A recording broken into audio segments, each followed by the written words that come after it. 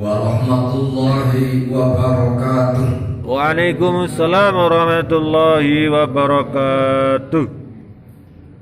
Bismillahirrahmanirrahim. Alhamdulillahilladzi ja'ala siyama min arkanil Islam.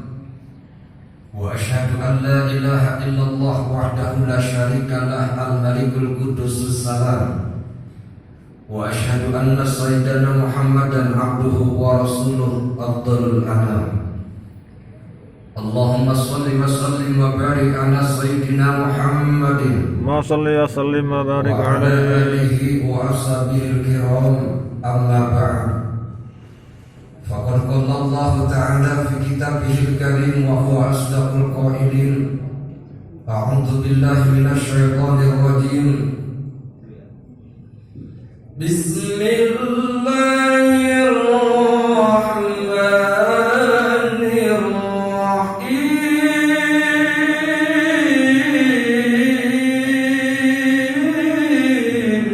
Allah.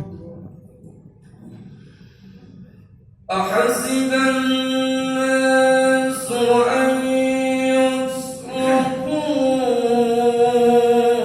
an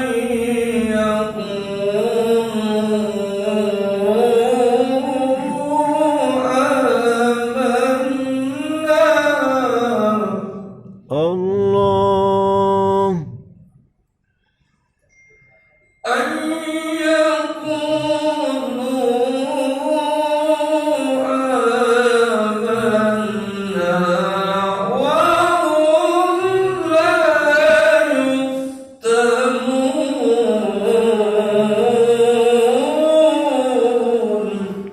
Allah. Al-ayah Sadaqallahul Azim. Tabarukan li dzikril ayat. Faqad qala Nabi alaihi salatu wassalam, Salli wa sallim wa barik. man shoma Ramadanan imanan wa ihtisaban ghufira lahu ma taqaddama min dhanbi. Al-hadis al-tamaqul. Abdul Aizah wal Qurma yang saya hormati dan semoga Allah muliakan segenap jamaah salat Masjid Baitur Rahman. Amin. Allahumma amin. Puji syukur alhamdulillah di siang hari yang cerah dan barokah, bertepatan hari yang ke-29 di bulan suci Ramadan, kita semuanya ditakdirkan oleh Allah bisa beristimewa, bisa bermuajah sekaligus bisa melaksanakan kewajiban kita berupa salat zuhur berjamaah dengan penuh pengharapan. Walaupun masih banyak kekurangan, jauh dari kesempurnaan, mudah-mudahan semua amal ibadah kita diterima oleh Allah Subhanahu wa taala. Amin. Allahumma amin. Salawatullah wa salam limakul nabi ta'lim bi qaulina Allahumma salli wa sallim wa barik ala sayyidina Muhammadin. Sallim alaihi. Mudah-mudahan barokah salawat menjadikan wasilah, menjadikan sebab yang menjadikan penghantar khusus kepada kita semua yang hadir, umum segenap yang muslim dan muslimat, mudah-mudahan kelak nanti di yaumul qiyamah akan mendapatkan syafaatnya. Amin ya rabbal alamin. Hadirin wal hadirat rahimakumullah. Sekarang memasuki hari yang ke-29. Jadi kalau seandainya di antara kita ada yang bertanya kapan hari raya Idul Fitri, gak usah bingung. Idul Fitri yang jelas kita melaksanakan Idul Fitri yang sudah pasti tanggal 1 Syawal. Jadi gak usah bingung kapan hari ini jadikan, tunggu saja sebab nanti sore ini Ru'yatul Hilal. Jadi beberapa ormas masuk dari Kemenang, MUI semuanya kumpul kemudian laksanakan Ru'yatul Hilal. Jadi Ru'yatul Hilal kalau seandainya bulan kelihatan ya berarti besok hari raya. Tapi kalau seandainya bulan tidak kelihatan, maka metode yang kedua alternatifnya menggenapkan, menjumlahkan hari raya bulan suci Ramadan 30 hari. Jadi kita nggak usah bingung. Apa sebabnya? Sebab puasa itu diwajibkan oleh Allah tahun kedua ketika baginda Rasul hijrah dari Mekah ke Madinah. Jadi waktu itu bisa istilahnya benar hijrah. Puasa itu Allah wajibkan kepada Rasul tahun kedua ketika hijrah dari Mekah ke Madinah. Makanya baginda Rasul berpuasa di Madinah itu kurang lebih 9 kali. Yang 8 kali, yang 8 tahun itu hitungan bulan Ramadan jumlahnya 29 hari, yang 1 kali jumlahnya 30 hari. Jadi kadang-kala hitungan bulan Ramadan ada kalanya 29 hari, ada kalanya 30 hari. Itu tahun kedua. Sama halnya ketika kita sekarang sholat menghadap ke Ka'bah, menghadap ke kiblat.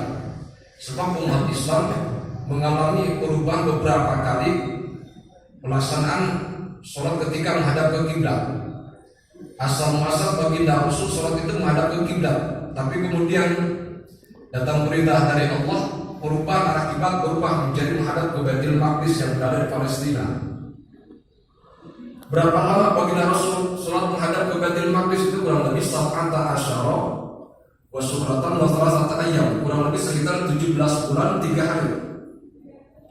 Makanya dalam surah Al-Baqarah ayat 154 diabadikan, qad nara taqalluba wajhika fis samaa'i falanuwalliyannaka qiblatan tardaha fawalli wajhaka shatral masjidil haram wa haitsu ma kuntum fawallu wujuhakum shatrahu wa innal ladzina utul kitaba la ya'lamuna annahu al-haqqu min rabbihim wa ma Allahu bighafilin 'amma ya'malun. Allah.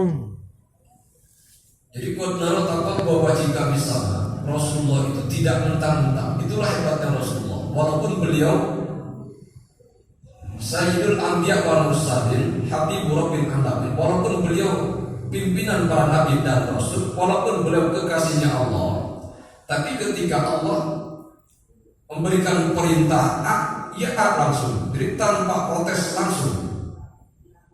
Padahal beliau dia berhak, sebab beliau ada kekasih Allah, tapi baginda Rasul tidak. Ketika datang perintah dari Allah, baginda Rasul sholat itu harus menghadap ke Baitul Maqdis. Padahal asal muasal kanjeng Nabi sholat menghadap ke Ka'bah, tapi datang perintah dari Allah, sholat itu harus berubah arah menghadap ke Baitul Maqdis. Nah, ketika baginda Rasul sholat menghadap ke Baitul Maqdis, posisi Ka'bah itu sebelah mana? Jadi khalifah Dhuhri persis di belakangnya Rasul. Jadi ketika Rasul sholat menghadap ke Baitul Maqdis itu yang di Palestina, posisi Ka'bah jelas-jelas di belakangnya Rasul. Makanya itulah yang menjadikan Rasulullah ketika sholat menghadap ke Baitul Maqdis tidak nyaman. Berapa lama? 17 bulan. Nah, baginda Rasul protesnya bagaimana kehadiran Allah? Benar takut bahwa jika bisa, kadang-kala Rasul mengangkat penglihatannya pandangannya ke langit, kadang-kala yang menunduk.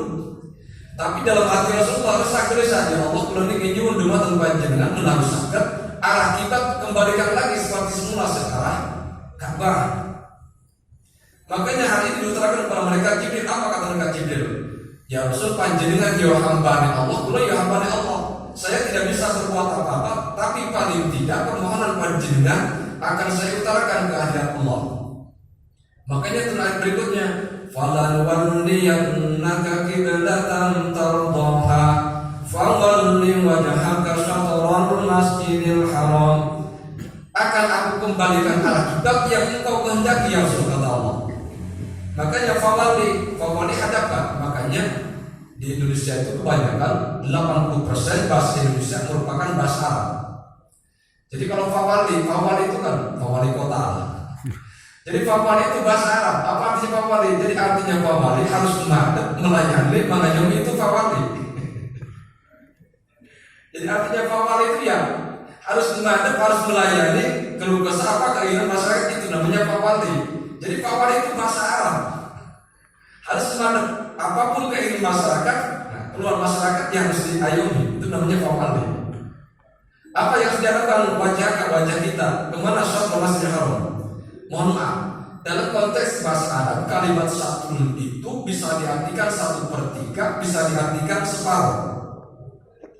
Nah, ketika beberapa tahun yang lalu ada kabar, nggak tahu kebenarannya, saya sendiri yang nggak tahu, Allah alam. Kan ada kabar lempengan bumi bergerak, betul. Akhirnya semua kafir masih bingung kabeh. Gara-gara lempengan bumi bergerak, akhirnya posisi arah kiblat berubah total. Sehingga kadang-kadang takbir masjid musola yang gak ngerti hukum. melu pisan bingung.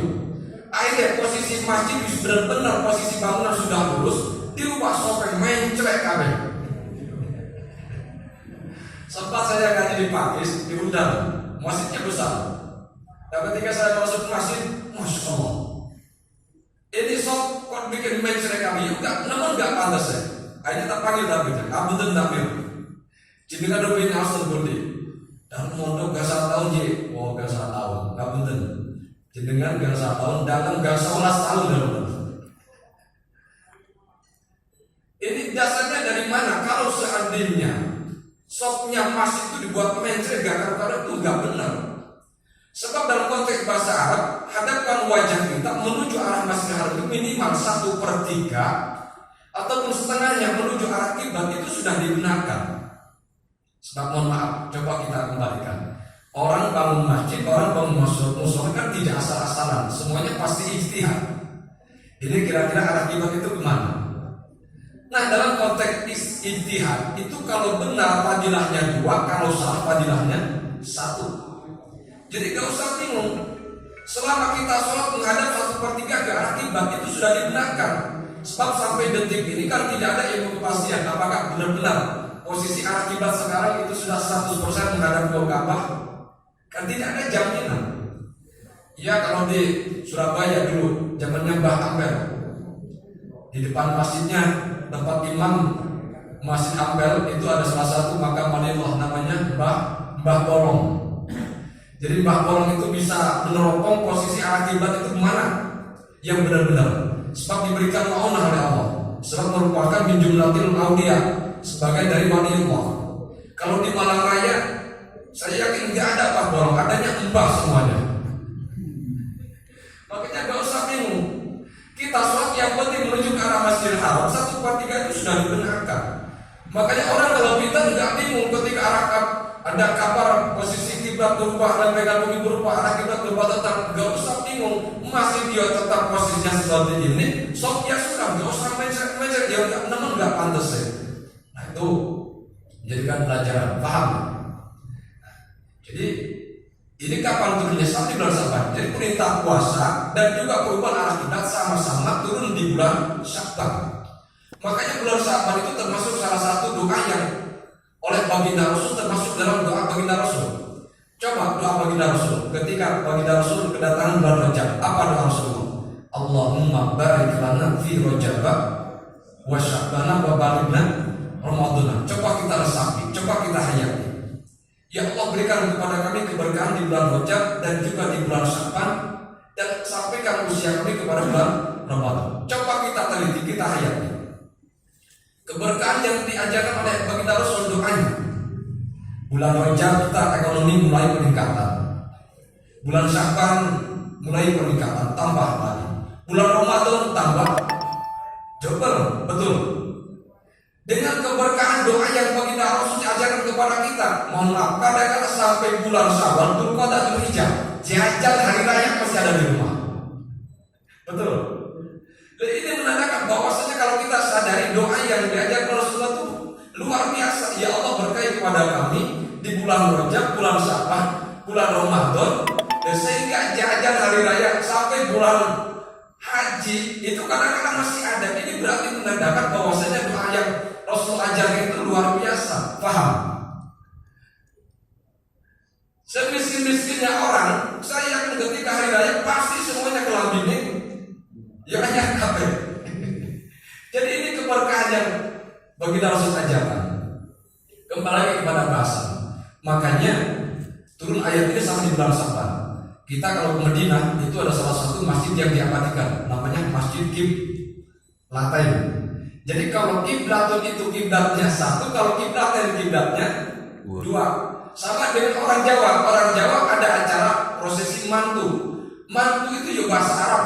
Mantu itu berarti ada acara yang ditasyakuri, yang diprosesi. Acara apa? Acara manten.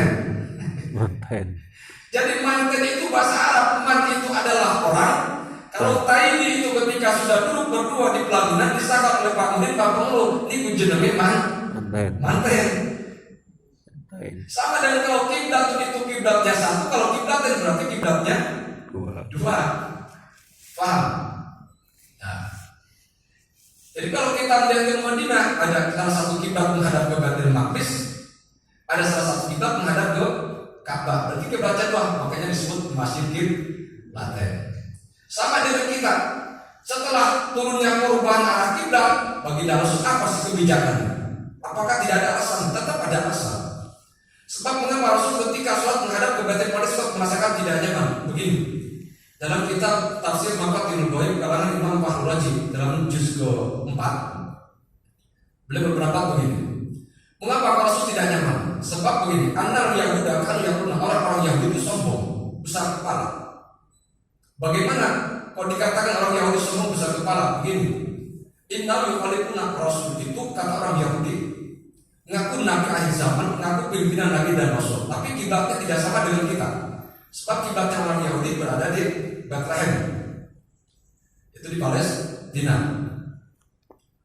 Kok tiba-tiba baginda Rasul itu arah kiblatnya menyamai dengan kita kata orang Yahudi, yaitu menghadap ke Baitul Maqdis.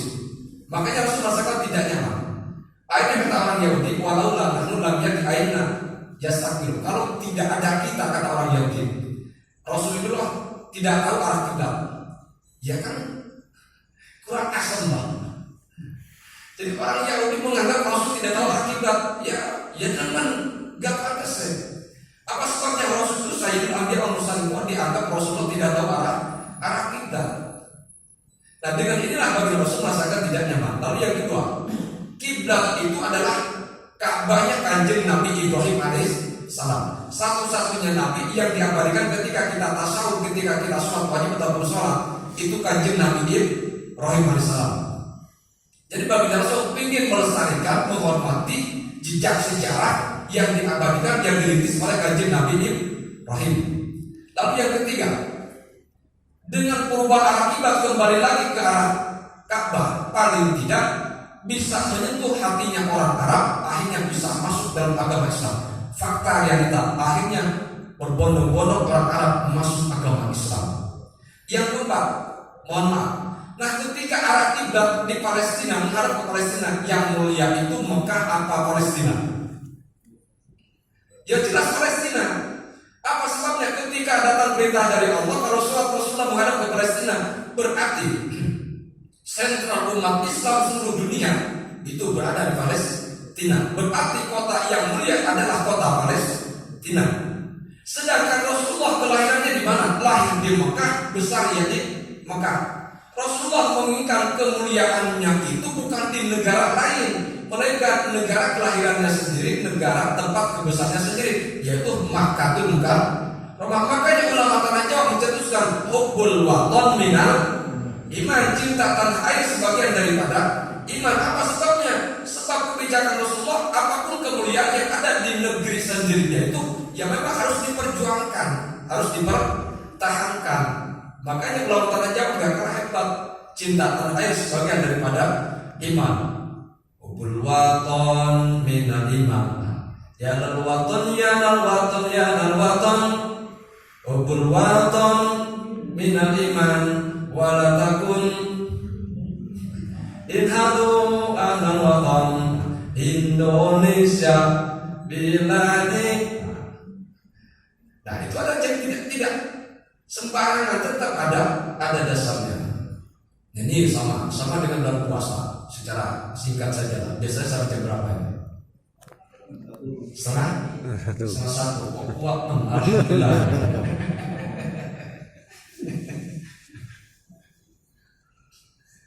Secara singkatnya saja. Jadi itulah alasan Rasulullah. Akhirnya sholat berubah menjadi ke arah sekarang seperti kita Ka'bah, sama hanya kita sekarang. Alhamdulillah. Lalu yang kedua, kemudian perintah datang perintah puasa bulan suci Ramadan juga sama bulan Syawal. Saya harus jelaskan, puasa itu merupakan rukun min arkanil Islam, rukun daripada rukun Islam. Rukun Islam kan 5: syahadat, sholat, zakat, puasa, haji. Diartikan rukun itu ibaratnya kalau kamu tiang penyangga, mohon maaf, apapun jenis bangunan, sehebat apapun, kalau tidak ada tiang penyangga, kita sudah seperti roboh. Kita bangun rumah, nggak ada tiang penyangga kok. Masih Baitur Rahman tidak ada tiang penyangga, ya apa? Apa sebabnya? Begitu juga keislaman kita. Jadi rukun Islam itu artinya tiang penyangga keislaman kita. Nah, tiang penyangganya ada syahadat, sholat, zakat, puasa, haji. Jadi mohon maaf kalau ada orang masih tidak mau sholat, mohon maaf. Berarti rukun Islamnya hanya satu, apa? Syahadat. Misalkan sholat gak, zakat gak, puasa, beten, haji, antri, berarti syahadat. Nah, kalau kita syahadat rukunnya Islam hanya satu syahadat. Apakah saya mengucapkan kedua kalimat syahadat? Saya yakin tidak pernah. Kalau orang tidak sholat. Apa sebabnya? Sebab dulu saja ketika mau akad nikah dibimbing kalau Pak Mudin Pak Penghulu, asyhadu an la ilaha illallah wa asyhadu anna Muhammadar Rasulullah 3 kali, istighfar 3 kali. Sedangkan sekarang kalau nggak sholat sudah berapa tahun, kadang-kadang sudah utuh loh nggak tahu sholat. Berarti syahadat itu sudah puluhan tahun. Ternyata sholat ya betul, zakat ya betul, puasa betul. Ya jangan rukun Islam itu yang menjaga keislamannya ya hilang. Berarti kalau rukun yang menjaganya Allah ya berarti muncullah Islam KTP. Lalu yang kedua, puasa. Puasa itu ada syarat wajib. Mohon maaf. Syarat wajib puasa ada 4. 1. Islam balik berakal walaupun doa anak kuat melakukan puasa itu wajib bagi umat Islam. Siji agama Islam balik berarti wajib. Misalkan kita punya putra ataupun putri belum balik, nggak usah dipaksa. Anak pun melakukan puasa penuh itu sudah hebat. Jadi jangan memaksa anak. Misalkan sampai mengambil sehingga badan seperti kurus krempeng di bulan Ramadan puasa, jangan memaksakan anak. Yang penting anak sudah diarahkan. Misalkan puasa penuh, ada zuhur, mokel, asar, dahar, maghrib, berjamaah. Jadi nggak usah dimarahi. Apa sebabnya? Sebab syarat wajib puasa itu 1 Islam, 2 balik. Luar belum balik berarti belum wajib. 3 berakal. Berakal itu berarti akalnya sehat sempurna, normal, nggak ical. Jadi tidak, misalkan tidak hilang akalnya.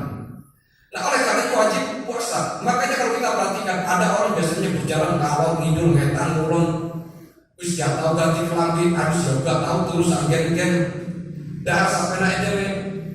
Itu gak usah dilokon, gak usah dimarahi. Itu orang Arab, bahasa Arab jenenge wong majnun, bahasa wong Surabaya itu ngarani wong gendeng, bahasa Arab ngarani wong edan, bahasa orang Jawa Barat jelema gelo. Jadi gak usah dimarahi. Apa sebabnya?